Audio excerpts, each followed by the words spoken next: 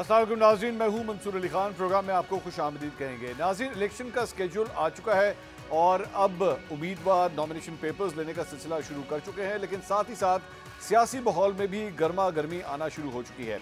ये वाक़या पेश आया है सियालकोट में, जहाँ पे सियासतदान उस्मान डार और उमर डार की वालदा का ये कहना है कि उनके घर के ऊपर पुलिस की जानिब से रेड किया गया और रेड के दौरान वहाँ पे जो ख़वातीन घर में मौजूद थी उनके साथ बदतमीज़ी की गई, उनके कपड़े फाड़े गए और नाजेबा अल्फाज भी अदा किए गए।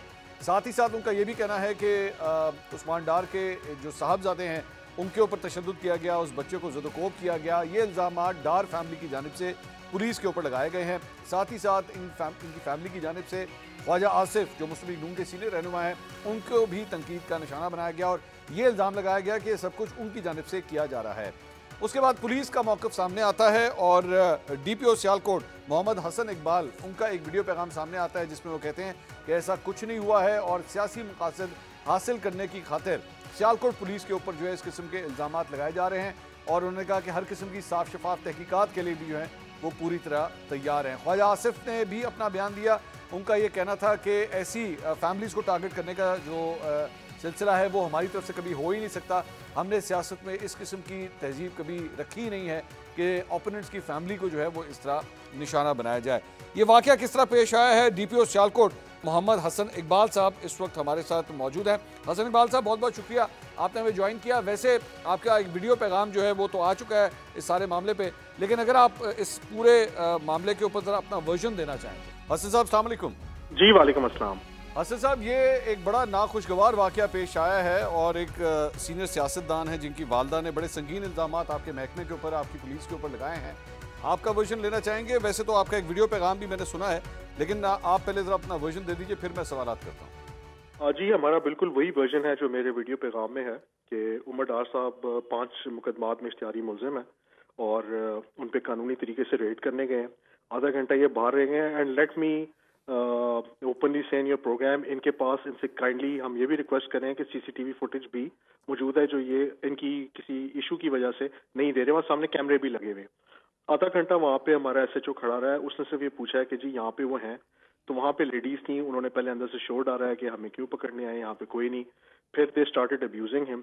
तो फिर SHO वहाँ पे गया है, तो फिर इनकी फैमिली की ख्वातीन बाहर निकली हैं। उसने मुझे कॉल करके सिचुएशन बताई है। मैंने कहा जी अगर इनके घर पे कोई मर्द नहीं है तो आप सारे वापस आ जाएं। ये सारी चीज़ थी जो एक्चुअल हुई। उसके बाद लेट नाइट इन्होंने एक मैम ने अपनी एक वीडियो रिलीज की। हमारे ऑफिसेस स्क्रूटनी के लिए खुले हैं, जिसे चाहे इन्वेस्टिगेशन करवा दी जाए। We are open for any scrutiny. लेकिन ये मैं बताता चलूँ कि अगर आप इसके सीक्वेंसेस ले लें, इसके जो इल्ज़ामात के हैं, तो दे गो बैक वे और उसमें कोई सब्सटेंशियल ट्रुथ नहीं है। जी हसन साहब, आपने कमिंग बैक आपने कहा कि CCTV फुटेज जो है वो आपके पास मौजूद है? नहीं, मैं गुजारिश ये करूँ, इनके घर में वहाँ पे लगा हुआ है, जो एरिया है ना इनका कवर्ड है सारा वहाँ पे। तो वो हमने आज बल्कि जब ये प्रेस कॉन्फ्रेंस कर रहे थे तो मैं नाम नहीं लेता, एक बड़े मीडिया ग्रुप ने भी इनसे ये क्वेश्चन किया तो इन्होंने उनको अब्यूज करना शुरू कर दिया। देखें, अगर तो ऐसी चीज हो तो सबसे अच्छी तो बात यह है कि वहाँ पे कैमरास लगे हुए हैं, वो कवर्ड है एरिया सारा, तो उसको काइंडली लें सबके सामने। अगर कोई चीज हुई है इस तरह की तो वो क्लियर हो जाएगी। आपकी जो नफरी वहाँ पे हसन साहब गई थी उसके अंदर ख़वातीन पुलिस एहलकार मौजूद थी? जी बिल्कुल, हमारी ख़वातीन एहलकार मौजूद थी। SHO किसी भी पॉइंट ऑफ टाइम के अंदर घर के अंदर दाखिल नहीं हुआ और एक इश्तिहारी मुलजिम का मेरा नहीं ख्याल कि पता पूछना कि जी वहाँ पे है कि नहीं। जब उसको ये बताया गया कि यहाँ पे, बल्कि एक खातून अंदर से शाउट कर रही थी मुसलसल कि जी यहाँ पे क्यों आए हैं और इस किस्म का फलाना, तो उनको बताया गया कि प्लीज काम डाउन।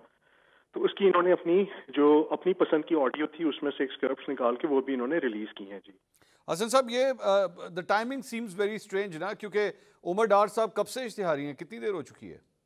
अगर इसमें मैं गुजारिश करूं कि हम अपनी परसूट में कायम है जी, और टाइमिंग बिल्कुल स्ट्रेंज नहीं है। इश्तिहारी मुलजिम को पाकिस्तान का कोई भी शहरी गिरफ्तार कर सकता है। मंसूर साहब, आप भी गिरफ्तार कर सकते हैं। CRPC इसका वो हवाला देता है and we were rounding up. नहीं, लेकिन माय क्वेश्चन अगेन, ये कितनी देर से इश्तिहारी हैं, कितनी देर हो चुकी है? जी जून जुलाई से है ये, और हम तो इनको जून जुलाई से लेकर अब तक आपने इनके घर पे कितनी दफा रेड की है उनको ढूंढने के लिए? जी जब हमें क्रेडिबल इंफॉर्मेशन मिली कि वो यहाँ पे आए, क्योंकि अगर आपने नोट किया हो कि पिछले कुछ दिनों से सोशल मीडिया पे वो भरपूर किस्म की सियासत कर रहे थे। बेशक वो करते रहें, लेकिन एक शख्स जो कानून पाकिस्तान की नज़र में फ्यूजिटिव है, उसको एटलीस्ट कानून को आगे सरेंडर करना चाहिए। ठीक। तो हमारे पास इतला थी, ये मौजूद कि जी वहाँ पे हैं। उसके बाद वो किया गया, इसीलिए हमने नहीं कभी किया कि जब हमारे पास इंफॉर्मेशन हो, और उस इंफॉर्मेशन हमारे पास यही थी कि जी वो यहाँ पे आए हैं उस वक्त, तब ये रेड की गई थी। नहीं, वो एक्चुअली टाइमिंग इसलिए हसन साहब बड़ी अजीब लग रही है कि जिस दिन नॉमिनेशन पेपर्स लेने की तारीख शुरू होती है, इलेक्शन का प्रोसेस शुरू होता है, उसी दिन स्पेसिफिकली उनके घर के ऊपर रेड कर दी जाती है। तो the timing seems very strange. और दूसरी बात यह कि अब वीडियो के अंदर जो है उन्होंने एक टूटा हुआ दरवाज़ा दिखाया है, अपनी मेन एंट्रेंस दिखाई है। अगर घर के अंदर खवातीन मौजूद थी, मेरा नहीं ख्याल, आप भी जानते हैं कि खवातीन के अंदर इतनी हिम्मत तो नहीं होती है, इतनी वो पावरफुल तो नहीं होती कि घर का दरवाज़ा ही मेन डोर ही तोड़ दें। तो मैं मंसूर साहब, मैं भी तो यही रिक्वेस्ट कर रहा हूँ, आप मेरी ही तो बात कर रहे हैं जी। अगर उसने वो तोड़ा है तो जिस वीडियो में उन्होंने टूटा हुआ दरवाजा दिखाया है उसके साथ वो बाकी फुटेज भी रिलीज कर दें, ताकि एक चीज क्लियर हो जाए। और यहाँ पे ये मैं बताता चलूँ कि उमर डार साहब की अगर आप वीडियोस निकाल लें बर्तनों को तोड़ने वाली, वो तो पॉलिटिकल पॉइंट स्कोरिंग करने के लिए हमारा मौजू वो नहीं है, लेकिन जानवरों को नुकसान पहुंचाने से लेकर प्लेटें तोड़ने तक की वीडियो सोशल मीडिया पे मौजूद हैं। लेकिन हसन साहब, इससे पहले भी एक फुटेज आ चुकी हुई है जहां पे एक्चुअली इनकी वालदा के साथ वाकई बदतमीजी भी की जा रही है। वो फुटेज तो आपने देखी होगी ना? जी, उसमें भी मैं गुजारिश करूंगा, उसमें भी सिलेक्टिव फुटेज थी, कंटिन्यूटी से नहीं रिलीज की गई, और हम आज तक इसी बात पे कायम हैं। अगर कोई चीज है तो सामने ले आइए। We stand open for all kind of please explain it के क्या मतलब कंटिन्यूटी नहीं थी? मतलब क्या उस वक्त उनकी वालदा को ज़दकोब नहीं किया गया था? ख्वाजा आसिफ साहब ने तो एक्चुअली खुद कंडेम किया था उस पर। देखें, मैं गुजारिश कर रहा हूँ कि उस वीडियो को भी अगर आप देख लें, उसको पार्ट्स एंड पीसेस में जोड़ के बना के मीडिया के लिए रिलीज किया गया था। अच्छा। और वो काइंडली किसी भी इंडिपेंडेंट लैब से चेक करवा लीजिए। अब मुझे I need to hear your version. आप तो सिर्फ ये कह रहे हैं ना कि उनको पीसेस में जोड़ा गया, तोड़ दिया गया था। चलें आप बता दीजिए, क्या उनकी वालदा के साथ ज़दकोब उन्हें किया गया था या नहीं किया गया था? उनको हाथ लगाया गया था कि नहीं लगाया गया? बिल्कुल नहीं किया गया था, बिल्कुल नहीं किया गया था। We absolutely deny those allegations. उसके बाद ये उसको लेके एक और फोरम पे भी गए थे, वहां पे भी जो है दे कुड नॉट सब्सटेंशिएट जी। और अभी भी कर रहे हैं, तो अभी भी हम कायम हैं कि अगर ये वीडियो दिखा रहे हैं उसकी, तो अगर कोई चीज है तो काइंडली ले आइए। We will take action in accordance with law जी। लास्ट क्वेश्चन हसन साहब, वुड यू बी विलिंग कि अगर इसकी आज़ाद तहकीकात करवाई जाए? व्हेन आई से आज़ाद तहकीकात, आपके महकमे से तहकीकात नहीं, आपके महकमे के अलावा आज़ाद तहकीकात करवाई जाए, आपको कोई इशू तो नहीं है इस पर? जी बिल्कुल कोई इशू नहीं है, मुझे बिल्कुल कोई इशू नहीं है, नहीं होना चाहिए। और कानून की हुक्मरानी जी सबके लिए। हसन इकबाल साहब, बहुत बहुत शुक्रिया। DPO सियालकोट हसन इकबाल साहब हमारे साथ मौजूद थे। पुलिस का वर्जन जो है उनका ये कहना है कि जी जो उस्मान डार साहब की फैमिली है वो बेशक CCTV फुटेज जो उनके पास मौजूद है उसे रिलीज़ कर दें तो दूध का दूध और पानी का पानी हो जाएगा। बहरहाल एक अफसोसनाक वाक़या है, और सिर्फ ये एक वाक़या नहीं है, इस तरह और भी ख़वातीन के हवाले से कुछ और भी वाक़यात हुए हैं। एक सीनियर सियासतदान एमल वली साहब ने भी जो है वो बड़ी ही नाजेबा किस्म की गुफ्तगू बुशरा बीबी के हवाले से की, इमरान खान साहब की फैमिली के हवाले से की।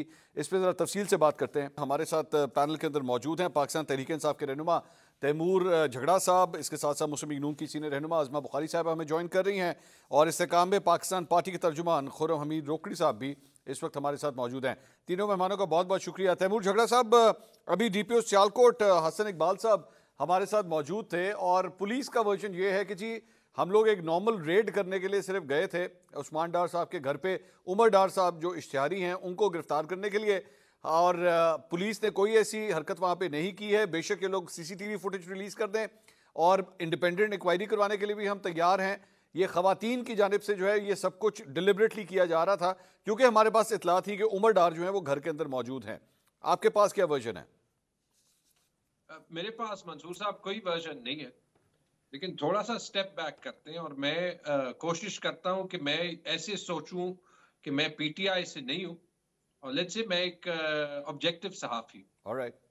अगर ये वन ऑफ इंसिडेंट होता तो आप कह सकते थे कि हो सकता है कि पुलिस की कोई क्रेडिबिलिटी हो, लेकिन जितना कुछ पुलिस ने किया है, आई एम सॉरी टू से, खैबर पख्तूनख्वा में और उससे फिर बहुत ज्यादा पंजाब में, और जो उस्मान डार साहब की फैमिली के साथ हुआ है, और जो ट्रेंड है कि जहां पे जो बंदा पार्टी छोड़ दे तो फिर वो ना इश्तिहारी मुजरिम रहता है, वो फिर किसी एंकर के घर जाके वहां पे एक इंटरव्यू भी दे सकता है, और जो पार्टी ना छोड़े तो उनके ऊपर एक केस, दूसरा केस, आपके पास सैकड़ों एग्जाम्पल्स मौजूद हैं। ठीक। और जो घरों में तोड़फोड़ हुई है, तो आई एम सॉरी, पुलिस ने जो पिछले चंद महीनों में किया है, कोई भी ऑब्जेक्टिव बंदा उनकी बात को फिलहाल मानेगा नहीं विदाउट एन इंडिपेंडेंट इंक्वायरी। और मुझे पता नहीं कि पाकिस्तान में फिलहाल आप इंडिपेंडेंट इंक्वायरी करेंगे कैसे। ठीक। तो ये मेरे ख्याल में है, I think we are taking this country to depths जो कि बिल्कुल नहीं ले जाना चाहिए। अज़मा बुखारी साहबा, आप खुद भी एक खातून हैं और आई एम प्रीटी श्योर कि आपने उस्मान डार साहब की वालदा का बयान अब तक सुन भी लिया होगा। और ये झगड़ा साहब जो फरमा रहे हैं, ये पहला इंसिडेंट नहीं है उनके साथ, ये दूसरी दफ़ा ये वाक़या पेश आया। और the timing is very important. वाक़या उस वक्त पेश आया है जब इलेक्शन स्केड्यूल आ चुका है, नॉमिनेशन पेपर्स लेने की बारी आ चुकी है, बिल्कुल उसी वक्त जो है वो इस किस्म का वाक़या पेश आता है। अब वहाँ पर जो गुफ्तगू हो रही है सियालकोट में, वो ये है कि एक्चुअली उस्मान डार और उमर डार की वालदा को जो है इलेक्शन नहीं लड़ने देना, जिसकी वजह से इस तरह की हरकतें जो है वहां पे हो रही हैं। Your point of view. बहुत शुक्रिया मंसूर, बिल्कुल आपने दुरुस्त कहा कि ये सब हरकतें इसीलिए हो रही हैं बिकॉज इलेक्शन सिर के ऊपर है। और मैं खुद खातून हूँ, इसलिए मुझे थोड़ा सा मोहतात होते हुए गुफ्तगू करनी पड़ रही है। हर एक तस्वीर का दूसरा रुख भी होता है और जाहिर है दोनों रुख जो है वो सामने आने चाहिए। जो उस्मान डार की अम्मी जान साहिबा है वो बहुत काबिल एहतराम है हमारे लिए, लेकिन वो जो लैंग्वेज इस्तेमाल करती हैं आम हालात में भी, वो ख्वाजा आसिफ साहब के बारे में पहले भी जब उन्होंने इनके घर पर रेड हुआ था उस्मान डार के लिए, तब भी उन्होंने जो गुफ्तगू फरमाई थी उसके बावजूद जो है वो वो जो ख्वाजा आसिफ साहब जिनको वो गालियां देते थकती नहीं है, उन्होंने इसके ऊपर माजरत भी की। उन्होंने कहा कि मैं बिल्कुल कतई तौर पर ये नहीं होना चाहिए, नाकाबिले बर्दाश्त है। और आज भी आपने उनकी गुफ्तगू सुनी और फिर आज जो सबसे ज्यादा सोने पे सुहागा, आपको ये नजर आ रहा है कि जो है वो उनकी वालदा साहिबा को जो है वो उनका एक मैंने वीडियो क्लिप देखा है वो जिसपे उनके बटन्स वाली शर्ट है और वो उनका गिरेबान जो है वो खुला हुआ है। पुलिस का वर्जन, मैं पुलिस की नुमाइंदा नहीं हूँ, वो अपना वर्जन दे चुके हैं, लेकिन ये क्यों जरूरी है कि उस्मान डार साहब, जैसे झगड़ा साहब ने कहा, उस्मान डार साहब तो पार्टी छोड़ चुके हैं ना, तो फिर बकौल इनके अगर जो है जो पार्टी छोड़ देते हैं वो तो सब पाक साफ हो जाते हैं, ऐसा नहीं है। उमर डार साहब जो है वो सियालकोट कैंट की जो 9 मई के वाकयात हैं उसके अंदर वो इश्तिहारी हैं। और इश्तिहारी के लिए मुझे समझ नहीं आती कि ये सब लोग जो इश्तिहारी हैं इमरान खान की मोहब्बत में, इनको अपने घर वालों की मोहब्बत क्यों नहीं नजर आती। ये अपनी वालदा को, अपने घर वालों को इस अजियत में क्यों डालते हैं, ये क्यों पेश नहीं हो जाते और अपने आप को जो है वो पेश करके कहें कि देखें जी हम तो बिल्कुल बेगुनाह हैं, भाग क्यों रहे हैं, अज़मा साहबा, अज़मा साहबा, ये जो आर्गुमेंट आप दे रही हैं कि जी अपने घर वालों के लिए पेश नहीं हो जाते, ये बिल्कुल उसी तरह का आर्गुमेंट है, बिल्कुल उसी तरह का आर्गुमेंट है जब कुलसूम बीबी का इंतकाल हुआ था और उनको यहाँ पे पाकिस्तान में दफनाने की बात थी और नवाज शरीफ साहब या उनकी फैमिली यहाँ पे नहीं आ सके थे, तो उस वक्त आप लोगों के ऊपर इस किस्म का आर्गुमेंट दिया जाता था कि देखें तदफीन करने के लिए भी नहीं आ सके, which was a wrong argument, which was a wrong argument. Her terms and conditions, हालात मुख्तलिफ होते हैं। इस मौके के ऊपर ये कहना कि देखें जी अपने घर वालों को छोड़ दिया है और इश्तिहारी हुआ है और अंडरग्राउंड हुआ है, ये आपके ख्याल में आर्गुमेंट वैलिड है? नहीं, देखिए बिल्कुल मैं समझती हूँ वैलिड है। ये अगर मैं होती इनकी जगह और मैंने 9 मई जो है वो इनकलाब लाने के लिए किया होता पाकिस्तान के अंदर और मुझे बहुत इनकलाब जो है उसका शौक होता, तो फिर मैं फेस भी करती, मैं कहती कि हाँ जी मैं ये हूँ और ये करे। बात ये है कि जो अम्मी जान है डार साहब की हमारी भी वालदा की तरह है, लेकिन उनका जो पुलिस को जब पुलिस ने उनके घर पे रेड किया तो जो उनका तर्ज अमल था, जो उनकी वो थी, उसकी वाकई फुटेज जो है वो सामने आनी चाहिए। पुलिस वालों ने तो यकीनन बनाई नहीं होगी और मैं ये नहीं मान सकती कि उस्मान डार के घर के ऊपर सीसीटीवी फुटेज नहीं होगा या वो उनके घर पे कैमरे नहीं लगे होंगे। दूसरी बात यह है कि जब मरियम नवाज साहिबा के साथ, याद है आपको कि उनके कमरे के अंदर रात को पुलिस घुस गई थी, आपको पता ना उसको कितना सेलिब्रेट किया गया था पीटीआई की तरफ से, खास तौर पर उस्मान डार का। आज एक क्लिप चल रहा है वो एक एंकर के साथ किसी टीवी प्रोग्राम में जिसमें उन्होंने बड़ा सेलिब्रेट किया, उनका बिल्कुल ठीक हुआ है, ऐसे ही होना चाहिए था। और आज जो है उन्होंने खड़े होके ख्वाजा आसिफ साहब की बारे में, उनकी वालदा के बारे में क्या जुमला बोला है, सुना है आपने जी? क्या वो जुमला जो है वो तरबियत नजर नहीं आ रही उनकी आपको? क्या आपको समझ नहीं आ रहा कि ये अब एक तरफ पार्टी छोड़ दी है, दूसरी तरफ जो है ये आई डोंट नो कौन सा कार्ड खेलने की कोशिश की जा रही है जो अनफॉर्चुनेट है सियासत में, जो है ये महरूमियां बेचना, ये लाशें बेचना, प्लीज इससे बाहर आ जाए, अपना मंशूर दें, लोगों को बताएं आप उनके लिए क्या कर सकते हैं। लोगों का कोई कंसर्न नहीं है कि आप जो है वो सियासत में आप कितने मजलूम हैं, आपके ऊपर जो है वो सो कॉल्ड जो है वो आपके तमाम जराइम के बावजूद आपके पर पहाड़ तोड़े जा रहे हैं। ऐसा होता नहीं है और कानून में जो जिसने जो किया है उसको सजा तो भुगतनी पड़ेगी ना, भागने से मसला तो हल होगा नहीं। ठीक है, ठीक है। खुर्रम रोकड़ी साहब, ये थोड़ी देर पहले तैमूर झगड़ा साहब ने भी इस बात का जिक्र किया कि लोगों को जोर जबरदस्ती के साथ दूसरी जमातों के अंदर शामिल करवाना, उनके इंटरव्यूज करवाना, इसका कोई जो है वो इससे आपको कोई कामयाबी नहीं मिलेगी। अब आपकी जमात के ऊपर खास तौर पे सबसे ज्यादा क्रिटिसिज्म इस बात का हो रहा है कि जो लोग पाकिस्तान तहरीक-ए-इंसाफ छोड़ छोड़ के आपकी जमात में आ रहे हैं वो ज्यादातर जोर जबरदस्ती के साथ आ रहे हैं। वो पहले नॉमिनेटेड भी होते हैं, इश्तिहारी भी होते हैं, केसेस भी भुगत रहे होते हैं, लेकिन अगर वो आपकी जमात में शामिल हो जाएं तो फिर उनकी दुनिया के अंदर और जिंदगी में जो है वो सुकून आ जाता है। तो अगर आज उस्मान डार या उमर डार दोनों भाइयों में से कोई एक भी अगर आपकी पार्टी में आ जाता तो शायद उसको ये मुश्किलात ना होती। अब मैं थोड़ा सा एक एग्जाम्पल आपके साथ शेयर करना चाहूँगा। फरूख हबीब साहब, उन्होंने प्रेस कॉन्फ्रेंस की, आपकी जमात में शामिल हुए, मैं उनका ट्विटर अकाउंट देख रहा था, उन्होंने पिछले 2 महीने में एक ट्वीट आपकी पार्टी के लिए नहीं कही, एक प्रोग्राम में आपकी पार्टी के लिए शिरकत नहीं की, एक जलसे में उन्होंने शिरकत नहीं की। अंदलीप अब्बास हैं, सादिया सुहेल हैं, एक पूरी लिस्ट है पाकिस्तान तहरीक-ए-इंसाफ के कारकुनों की, रहनुमाओं की, जो पार्टी को छोड़ के आपकी पार्टी में आए लेकिन उसके बाद गायब हो गए, कहीं पे नजर नहीं आ रहे। सर, ये जोर जबरदस्ती की सियासत के साथ मामला हल हो जाएंगे? नहीं मंसूर खान, हम चीज़ को फिर एक शदीद क्यास से शदीद कन्फ्यूजन की तरफ हम लेके गए हैं। पार्टियां छोड़ क्यों रहे हैं, उस पार्टी में रहे क्यों नहीं, और क्या वजह थी कि उनको पार्टियां छोड़नी पड़ रही हैं, और कौन सा वो बयानिया है जो कि गवर्नमेंट से निकलने के बाद, यानी 3.5 साल 4 साल की गवर्नमेंट से निकलने के बाद साइफर लहराने से लेके आज तक बयानिया कौन सा, दुनिया में कौन सा मुल्क है जहां पे ये बयानियों के साथ आप चल सकते हैं? ये तो पाकिस्तान है, यहां पे जो मर्जी जो कोई कर दे, चाहे वो रेड लाइट खड़ा होकर तोड़ के चला जाए, उसको कोई परवाह नहीं, चाहे जाकर आर्मी इंस्टॉलेशन पे हमले कर दे, चाहे जितना मर्जी कोई झूठ बोले। फरूख हबीब को उसके ऊपर जो केसेस है, मैं आपको कह रहा हूं आज उसको केसेस के अंदर वो जाए, चलान हो, कन्विक्ट हो, मैं कहूंगा कि बहुत बेहतर हुआ।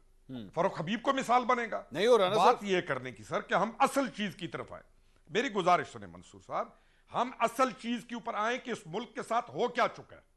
हम असल चीज के ऊपर आए। 2 तबके हैं, एक है वो जो कि पावर हंगरी हैं, जो चाहते हैं हम किसी तरीके से दोबारा हमें टिकट मिले और हम इस पीटीआई के वोट के ऊपर आ गए, एक तबका है वो, और एक वो है जो इस्तेमाल हुए और जिनको इस्तेमाल करके मुल्क के खिलाफ उनसे पूरक वारदात कराई गई और वो सिसक रहे हैं, मर रहे हैं, उनके सर पे भी हाथ रखने वाला कोई नहीं, उनकी फैमिलीज के ना उनके बच्चों का कोई पुरसान हाल है। यहां 2 तबके हैं, एक है पब्लिक जिसके इमोशंस के साथ खेला जाता है, अवेयरनेस थी नहीं, ये फोन आ गया, इसके ऊपर बैठ के वो माइंड प्लेइंग गेम्स की गई कि आज आपकी पूरी की पूरी कौम इस हालत में है कि किसी को कुछ समझ नहीं आ रही। छोड़े इन चीज को, चले जाते हैं 3.5 पौने 4 साल की गवर्नमेंट।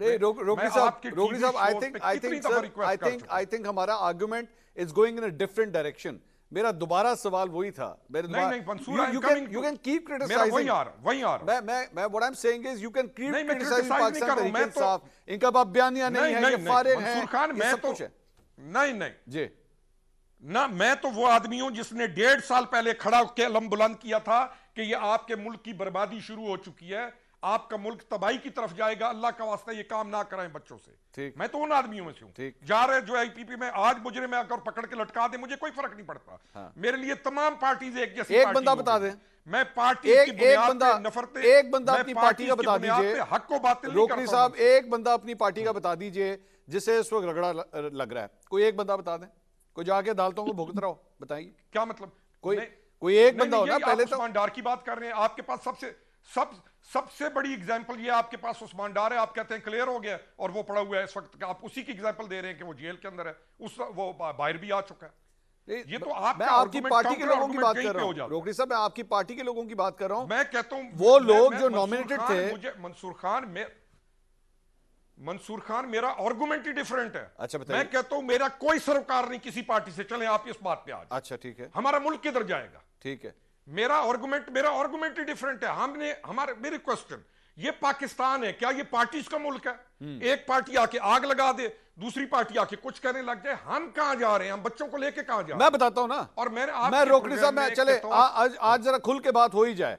आज बड़े सीनियर पैनलिस्ट में सब खुल के बात हो जाए। सर बात यह है कि 10 साल हमें यही बताया गया ना, इस कौम को यही बताया गया कि ये जो जमात है, ये जो बल्ला है, ये जो पाकिस्तान तरीके इंसाफ है, ये नया पाकिस्तान बनाएगी। 10 साल के बाद आज आप लोग उन्हीं बच्चों को, उन्हीं लड़कों को, उन्हीं यंगस्टर्स को ये कहते हैं नहीं बेटा, अबाउट टर्न, हालात तब्दील हो गए हैं, मुंह दूसरी तरफ कर लो, ये सबसे बुरी जमात है। आपके ख्याल में 10 साल जिनकी ब्रेन वॉशिंग की गई वो 1 मिनट में मान जाएंगे? गुजारिश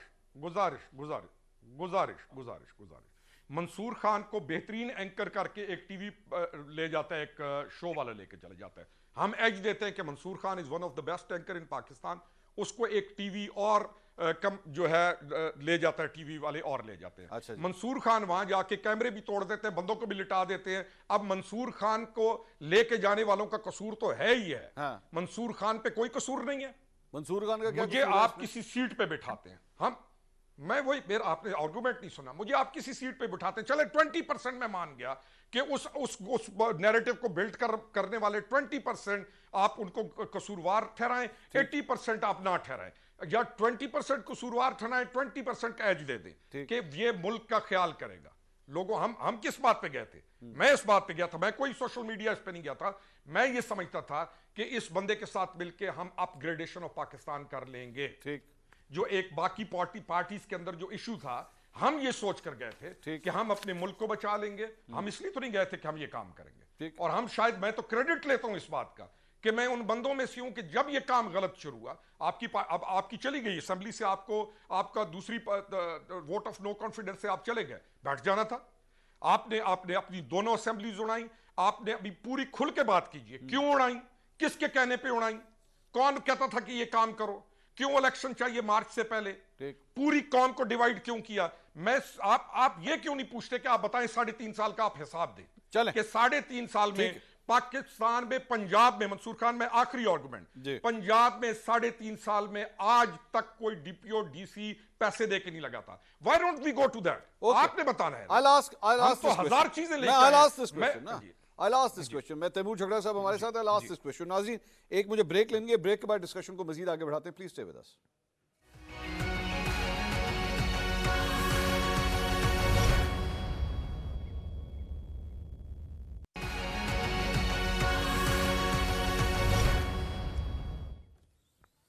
नाज़रीन, welcome back after the break. Break से पहले रोकड़ी साहब ने एक्चुअली थोड़ी सी डिस्कशन का रुख जो है वो दूसरी तरफ मोड़ा है, और मैं अब जाना चाहूँगा, मैं भी इसी रास्ते की तरफ जाना चाहूँगा। And I want to ask Taimur Jhagra साहब कि वो इसका कोई हल बताएं। झगड़ा साहब, बात यह है कि एक दूसरे के ऊपर इल्ज़ामात लगाने लगे तो यहाँ पे अगले 6 घंटे भी मैं प्रोग्राम करता रहूँ, ये सिलसिला चलता रहेगा। Sir, how do we have to resolve this? ये पोलराइजेशन जो है, इसे ख़त्म किस तरह करना पड़ेगा? क्योंकि ultimately we are all Pakistanis and इस चीज़ को हमें ख़त्म करना पड़ेगा, हमें सबको इकट्ठे ही चलना पड़ेगा। ये रिजॉल्व किस तरह होगा झगड़ा साहब? मुझे 2-3 बातें करने दें, और मेरे ख्याल में आपका सवाल जो है वो बिल्कुल एप्ट है। लेकिन पहली बात, जो हमारी पहली डिस्कशन चल रही थी, देखें, हर पार्टी में ऐसे लोग होते हैं, ख्वाजा आसिफ साहब की अपनी स्टेटमेंट्स हैं बहुत ऑब्जेक्शनेबल, लेकिन हर पार्टी में ऐसे लोग होते हैं जो ऐसी बात करते हैं जो कि पॉलिटिकल डिस्कोर्स का हिस्सा नहीं होना चाहिए। जो रीजनेबल लोग होते हैं, वो अगर उनको क्रिटिसाइज फिर नहीं कर सकते, एक पार्टी में आप बिलोंग करते हैं, तो आप चुप रहते हैं। आप ऐसे चीजों को जस्टिफाई नहीं करते जहां पे आपको कोई खातून नजर आए और लगता हो कि उनके कपड़े जो है वो they've been torn, और आप उसके लिए कोई जो है वो एक्सप्लेनेशन निकालें। If there is a reason, मेरे ख्याल में, कि पीएमएलएन की सियासत जो है वो गलत डायरेक्शन में जा रही है इन टर्म्स ऑफ पॉपुलैरिटी, वो यही है कि वो बार बार they are trying to defend the indefensible. माजी को भूल जाए, आज लोग उसको देख सकते हैं, पहली बात। दूसरी बात बड़ी जरूरी कि मेरी बहन ने ये कहा कि लोग अपने आप को हैंड ओवर क्यों नहीं करते। मैं आपको 1 मिनट में अपनी मिसाल देता हूं। 5 अक्टूबर से हम अदालत के सामने गए, हमें बेल मिली, मेरिट पे मिली, 15 दिन मैं घर रहा, 1 दिन पेशावर के उन सारे एमपीएस के घर जो पीटीआई के पास थे, पुलिस ने हमले किए, एक को पकड़ा, कहा कि उसने पुलिस पे फायरिंग की थी। मेरे इस्लामाबाद के घर पे छापे हुए, इस्लामाबाद पुलिस से पूछा, उन्होंने कहा हमें नहीं पता। पेशावर में पूछा, उन्होंने कहा हमें नहीं पता। आज मैं दोबारा अदालत गया, दोबारा कहा जी बेल ले ली है, तो अभी बता दें पुलिस के पास कोई और केसेस है? क्योंकि मैं तो नैब भी जा रहा था, मैं तो एंटी करप्शन भी जा रहा था, मुझे पता नहीं हर 10-15 दिन बाद मेरे घर पे लोग क्यों आ जाते हैं। ठीक, शायद ये वजह। अब मंसूर आपका सवाल, क्योंकि जो भी हुआ है या तो हम तलखियां बढ़ा सकते हैं, अच्छा लेकिन अगर जगह हम साहब, तलखियां नहीं बढ़ा इसमें सकते, एक मेरे छोटे से सवाल का जवाब दे दीजिए। क्या कोई पैगाम आया है कि किसी फलां जमात में चले जाएं तो फिर आसानियां पैदा हो जाएंगी? कोई इस किस्म का पैगाम मिला? नहीं, मेरे ख्याल में वो तब होता है जब आप रीच आउट करते हैं। अच्छा, या फिर जब, ठीक है जी, मुझे नहीं आया ना, मैंने जो है 4.5 साल में प्रोफेशनली आर्मी के साथ बहुत काम किया है कोविड में, और जो उनकी कैपेसिटी थी और जो उनका काम था, और मेरे ख्याल में उन्होंने भी मेरे साथ एंजॉय किया, क्योंकि हमारी ब्यूरोक्रेसी जो है वो उस तरीके से काम नहीं करती। और आप खुद भी याद होगा, coming back to the question, आप जवाब दे रहे थे जी। हाँ जी, देखें, क्योंकि मेरे ख्याल में बात इसी पे करनी चाहिए। फ्री एंड फेयर इलेक्शंस चाहिए, उसमें आप किसी पार्टी को टारगेट ना करें। ठीक, हर पार्टी के माजी में बड़े जो है वो क्वेश्चनेबल इकदामात हैं। पीपल्स पार्टी ले लें, अब मैं दोबारा से कहूंगा तो वही डिबेट शुरू हो जाती हाँ है ना। कोई भी पार्टी जो है वो मैं उसे ये नहीं कहूंगा कि वो एंटी पाकिस्तान है। हाँ, पॉलिटिकल बयानिए चलते रहेंगे। दूसरी बात ये, अभी हम सियासतदानों पे भी है और उन बाकी फोर्सेस पे भी है जिनका पाकिस्तान के चलाने में एक किरदार रहता है कि हमें टेम्परेचर्स डाउन करने और अवाम को फैसला करने देना है, और वहां से रास्ता निकल जाएगा। लेकिन मुझे ये बता दें कि अगर हमारे वर्कर्स जो हर रोज एक वर्कर कन्वेंशन पे निकलते हैं, उनको हर रोज जो है वो पुलिस के बंदूकों के सामने किया जाएगा, तो उससे क्या हल निकलेगा? ठीक है, उससे वो लोग जिनका 9 मई से कोई ताल्लुक नहीं है, 9 मई से जिसका ताल्लुक है उसको पनिश कर दे, लेकिन मेरिट पे पनिश कर दे, क्या हल निकलेगा? आप हमारी खवातीन को, और जब मैं हमारी कहता हूं मैं पाकिस्तानी खवातीन की बात करता हूं, उन पे 4 केसेस हो जाएं, उनको आप क्वेटा भेज दें, वहां से FIA की इंक्वायरी जो है वो शुरू कर दें। खतीजा शाह की मैं बात कर रहा हूं, डॉक्टर यास्मीन राशिद को ले लें। क्या मैसेज हम दे रहे हैं? ठीक, थोड़ा सा बैकफुट पे चले जाएं in terms of cooling down the temperature, सब कुछ ठीक हो जाएगा। क्योंकि बाकी ये ना हमारे लिए अच्छा है ना पाकिस्तान के लिए अच्छा है, and I believe we are all better than this. Azma साहिबा, ये कूलिंग ऑफ करना बहुत ज़रूरी है, और जिस तरह ये थोड़ी सी उन्होंने बात की, मैं इसके अंदर ऐड कर देता हूँ। शेर अफजल मरवत जो है वो पंजाब आते हैं और लाहौर के अंदर खिताब करते हैं और एकदम गिरफ्तार होते हैं और उसके बाद अदालत से रिलीफ मिलता है। शुएब शाहीन जाते हैं कोयटा, वहाँ पे वर्कर्स कन्वेंशन के लिए वो लैंड करते हैं कोयटा से, उनको वापस लाहौर भेज दिया जाता है। इस किस्म की एक्टिविटीज के साथ क्या आने वाले इलेक्शंस की क्रेडिबिलिटी के ऊपर सवाल नहीं उठेगा? नहीं, मुझे समझ नहीं आती कि हर चीज जो है वो इलेक्शन की क्रेडिबिलिटी पे कैसे चली जाती है। पहले तो मैं झगड़ा साहब ने बहुत अच्छी बातें की आज, लेकिन मुझे याद है जरा कि जब मेरे गिरबान पे हाथ डाला गया था, तब झगड़ा साहब ने भी एक बहुत इंटेरोगेटरी ट्वीट किया था इस वाकये के ऊपर मेरे खिलाफ। और चले अब भी अगर इनको याद आ जाए और वो हो जाए तो अच्छा होता है, मतलब दूसरे को लेसन देना। लेकिन जाहिर है जो है वो रह जाती है चीजें जो कहीं ना कहीं रजिस्टर हो जाती हैं। अब जहां तक खैबर पख्तूनख्वा की बात है, जो उन्होंने कहा कि ये हो गया वो, मुझे समझ नहीं आ रही क्या खैबर पख्तूनख्वा में कुछ नहीं हुआ है 9-10 मई को? क्या वो जो सब कुछ, जो क्या रेडियो स्टेशन जलाना, क्या एम्बुलेंसें जलाना, क्या पुलिस की गाड़ियां जलाना, क्या मतलब कुछ नहीं हुआ? ये आपके एमपीएस एमएनएस जो है, जो सब ये लीड कर रहे थे ये प्रोसेशन। एक मिनट मंसूर, एक मिनट प्लीज। उन्होंने एक चीज कह दी ना, उन्होंने कहा है कि 9 मई के जो कसूरवार हैं उनको सजा दी जाए। ही जस्ट सेड दैट। नहीं कहा, तो वो सारे कसूरवार जो है ना, वो एमपीएस एमएनएस ये सारे प्रोसेशंस को लीड कर रहे थे। मुराद सईद साहब इनको जगह पहले बता चुके थे, आपने किस किस जगह पे जाना है। अब उसके बाद मुजम्मत करना तक ये लोग मुनासिब नहीं समझते। आज तक किसी ने इतराफ नहीं किया, आज तक किसी ने ये नहीं कहा कि मैं शर्मिंदा हूं। ये शर्मिंदा तक नहीं है। ये इससे बड़ी डिटाई और क्या होगा, कानून क्या पूरी दुनिया में कोई एक मुल्क बता दे जहां पे इस किस्म की जो हरकतें हैं वो काबिल कबूल हो, और उनको जो है वो इसलिए छोड़ दिया जाए क्योंकि उन्होंने इलेक्शन लड़ने हैं, उनको कुछ ना कहा जाए। उनके ऊपर जो है ये एमएनएस एमपीज के जो छापे मारे जा रहे हैं, जो प्रोसेशंस को लीड कर रहे थे हर शहर के अंदर, उनके ऊपर मुर्गी चोरी के पर्चे नहीं है, उनके ऊपर राना सनाउल्लाह की तरह हीरोइन चोरी का कोई मुकदमा नहीं है, उनके ऊपर मुकदमा है इस मुल्क में बगावत का। अब ये जो है ना वो कह रहे हैं कि जो क्वेश्चनेबल सबने हरकतें की हैं, सॉरी झगड़ा साहब, इस मुल्क के वजीर आजम को, इस मुल्क के लीडर को फांसी चढ़ा दिया गया, किसी ने 9 मई नहीं किया। इस मुल्क के वजीर आजम को जो है वो हाईजैकर बना दिया गया, उसको अटक के किले में डाल दिया गया, किसी ने 9 मई नहीं किया। ये पीटीआई को ये जो शर्फ मिला है, या जो इसने इतना अपने आप को इस काबिल समझा है कि पहले, क्योंकि जाहिर है पार्लियामेंट पे कर चुके थे ना, अगर पार्लियामेंट पे इश्तिहारी होने के बावजूद वजीर आजम ना बनाया गया होता तो इस हद तक हौसले ना बढ़ते कि ये जो चाहेगा ये इस मुल्क के साथ करेंगे। और पोलराइजेशन कैसे खत्म होगी मंसूर? जिस बच्चों को जिनकी उम्रें अब 25 से 30 साल के बीच में है, और अगर आप निकाल के देखो फुटेजेस, वो केपीके की हो या पंजाब की हो, सारे वो बच्चे हैं जो स्कूलों कॉलेजों के थे, जो है वो कोर कमांडर हाउस या जीएचक्यू या उस तरफ घुसे, उनके कईयों के तो स्कूल बैग्स भी थे उनके कंधों के ऊपर, और उनको पहले पेट्रोल बम बनाने सिखाए गए जमान पार्क के अंदर। वो तालिबान के जो लोग जो इनको छोड़ा था, जिनको एडजस्ट किया था तालिबान भाइयों को, वो आके इनके पहरे देते रहे। वहां पर बच्चों को सिखाया गया कि पुलिस से लड़ना कैसे है, उनको बताया गया हमले करने कैसे हैं। और अब वो उस स्टेज पे चले गए। ये जो कह रहे हैं ना हमारे वर्कर, जो आपने भी बात की, इनके वर्कर्स कन्वेंशन के दौरान या उसके बाद जो यंगस्टर्स हैं उनके क्लिप नहीं नजर आ रहे, आप नहीं देख रहे, जिसके अंदर वो फिर कह रहे हैं हमें अब इजाजत दे दे, फिर से हम इमरान खान तैयार है। क्या करना चाहते हैं ये? और जो अभी आपने वर्चुअल जलसा किया, आपने झगड़ा साहब उसके अंदर शामिल थे, क्या उसके अंदर 1971 के ऊपर बहुत क्रेडिट नहीं लिया आपने? 1971 की बार बार मिसालें आप क्यों दे रहे हैं? मुझे इस सवाल का जवाब देते हैं। 1971 आप याद क्यों कर रहे हैं इस इलेक्शन के करीब आके इसकी बात? क्या नया और कोई और नया प्लान बना लिया आपने? क्या एक और 9 मई का प्लान है आपके पास कि वो ये कि इमरान खान अगर पार्लियामेंट में है तो पार्लियामेंट रहेगी, पाकिस्तान में इमरान जो बुनियाद बनेगा तो पाकिस्तान है, वरना उसको आग लगा दो। झगड़ा साहब, आप ये 1971 वाली बात का जवाब दीजिए, फिर मैं जाऊं आगे रोकड़ी साहब के पास। Go ahead please.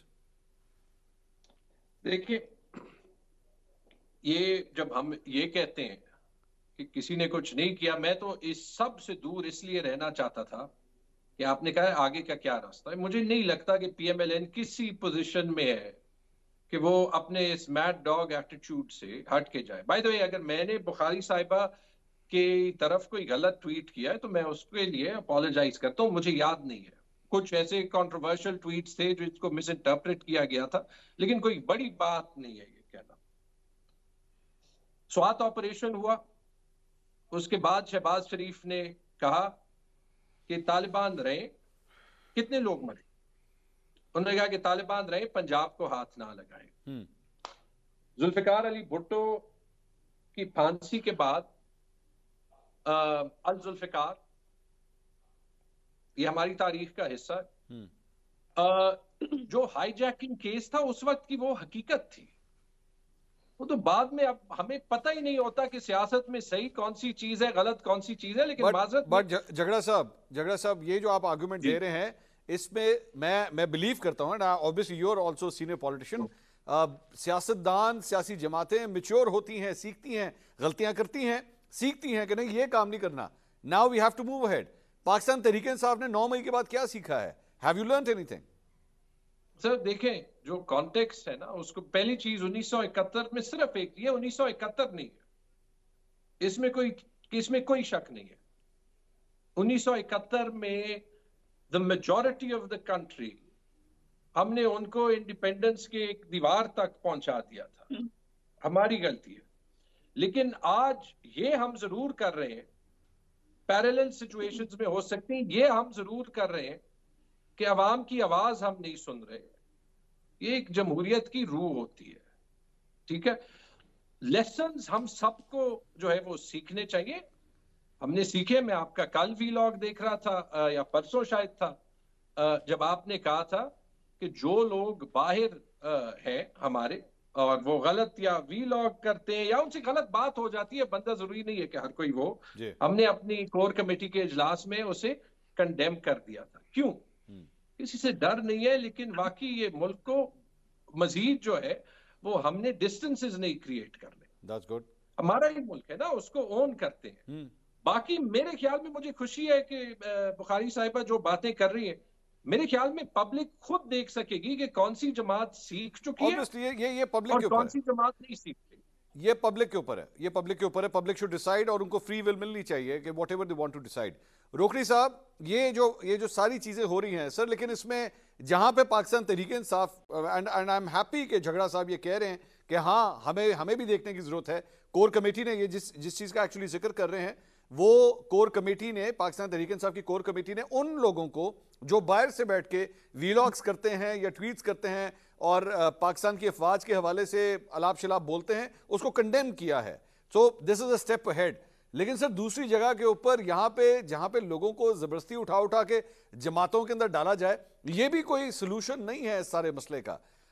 मैं दोबारा वो coming back to that point, आपके जमात के अंदर जौक दर जौक लोगों को ऐड तो किया जा रहा है, लेकिन वो नजर कहीं नहीं आ रहे आपकी पार्टी की एक्टिविटीज के अंदर। वो बिल्कुल अंडरग्राउंड हुए में, कहीं पे ना सोशल मीडिया पे नजर आते हैं ना टॉक शोज के अंदर नजर आ रहे हैं।